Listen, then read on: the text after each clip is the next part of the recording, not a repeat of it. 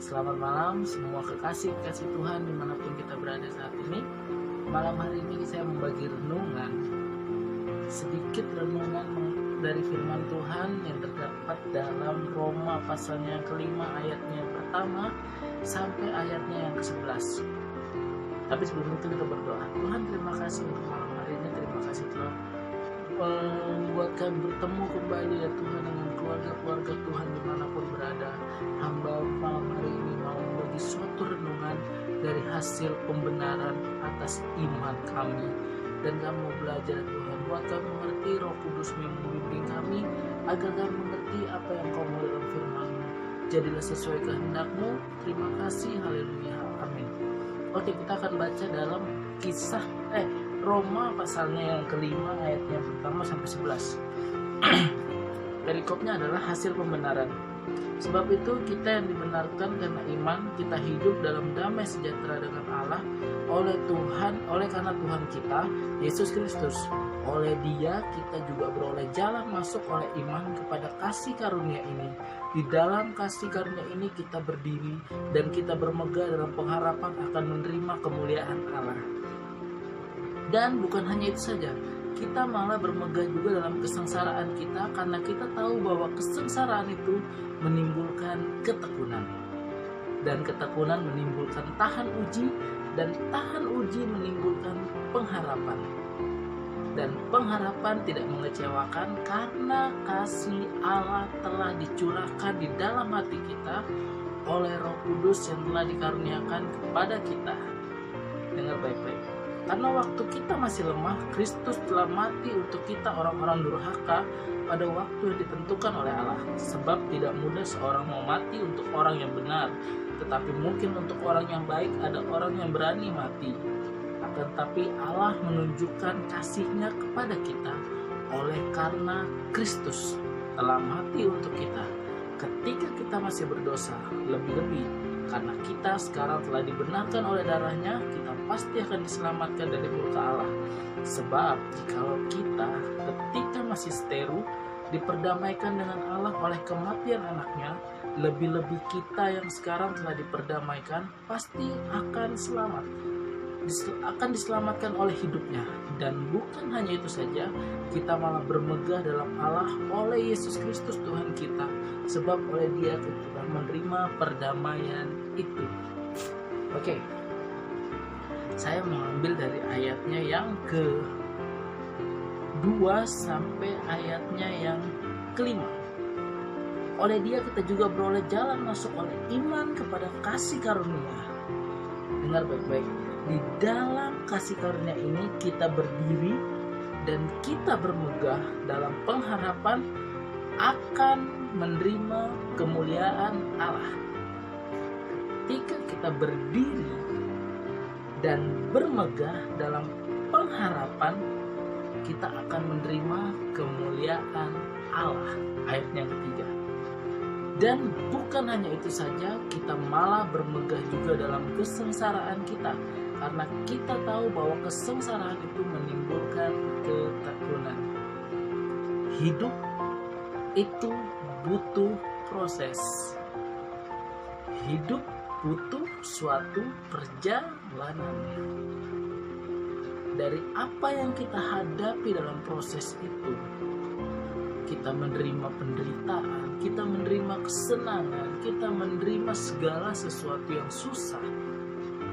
Lihat, firman Tuhan mengatakan, karena kita tahu bahwa kesengsaraan itu menimbulkan ketekunan. Lihat, dari ketekunan akan menimbulkan tahan uji. Dan dari tahan uji akan menimbulkan pengharapan. Pengharapan tidak mengecewakan karena kasih Allah telah dicurahkan dalam hati kita oleh Roh Kudus yang telah dikaruniakan kepada kita. Hari Minggu lalu kita sudah merayakan hari turunnya Roh Kudus atau yang disebut hari raya Pentakosta. Kita menerima kasih Allah yang besar itu, di mana kasih yang besar yang pertama kali dia lakukan untuk kita adalah disiksa sampai mati di kayu salib. Itu adalah kasih yang terbesar yang Tuhan berikan buat kita, orang-orang berdosa. Pantaskah Tuhan menerima itu? Tidak. Yang pantas menerima penghukuman itu adalah kita. Tapi kenapa Tuhan mau melakukan itu? Karena Tuhan menyayangi dan mengasihi kita, anak-anaknya. Setelah Tuhan Yesus mati, bangkit pada hari ketiga, Ia bertemu dengan seluruh murid-muridnya, seluruh orang-orang yang mengenal Tuhan. Sampai akhirnya apa?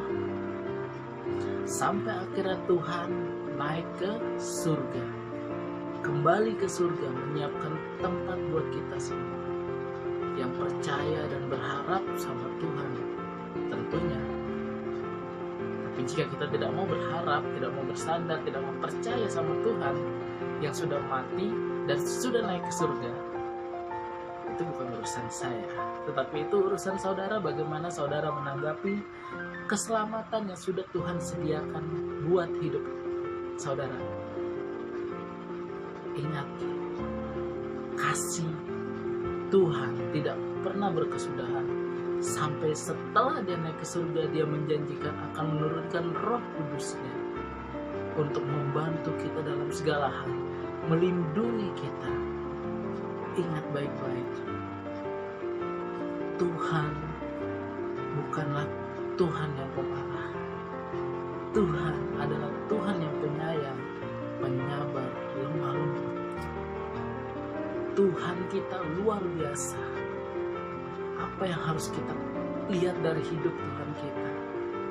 Sifat, karakternya yang luar biasa. Ketika orang Kristen berbuat jahat,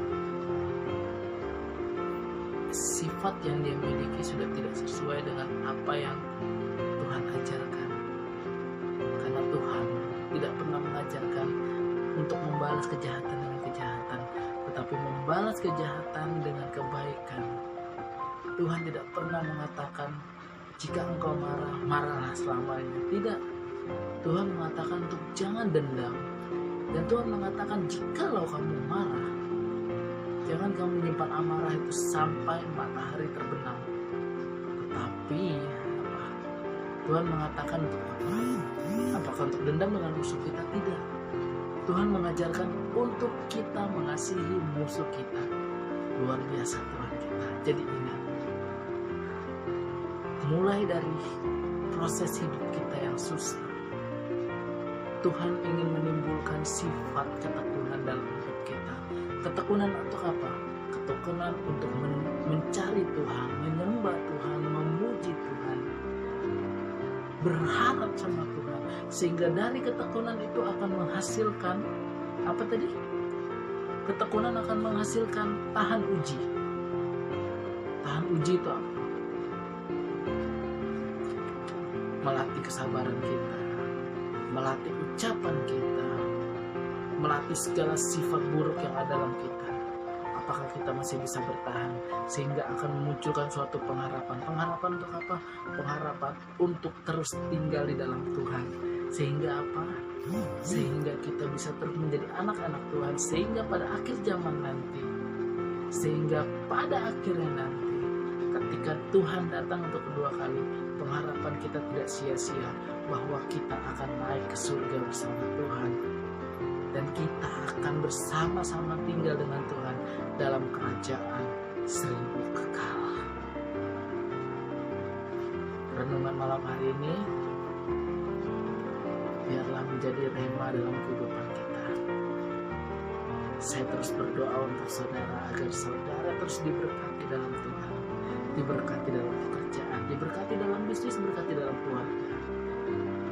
Terima kasih. Shalom, selamat malam. Tuhan Yesus memberkati kita semua.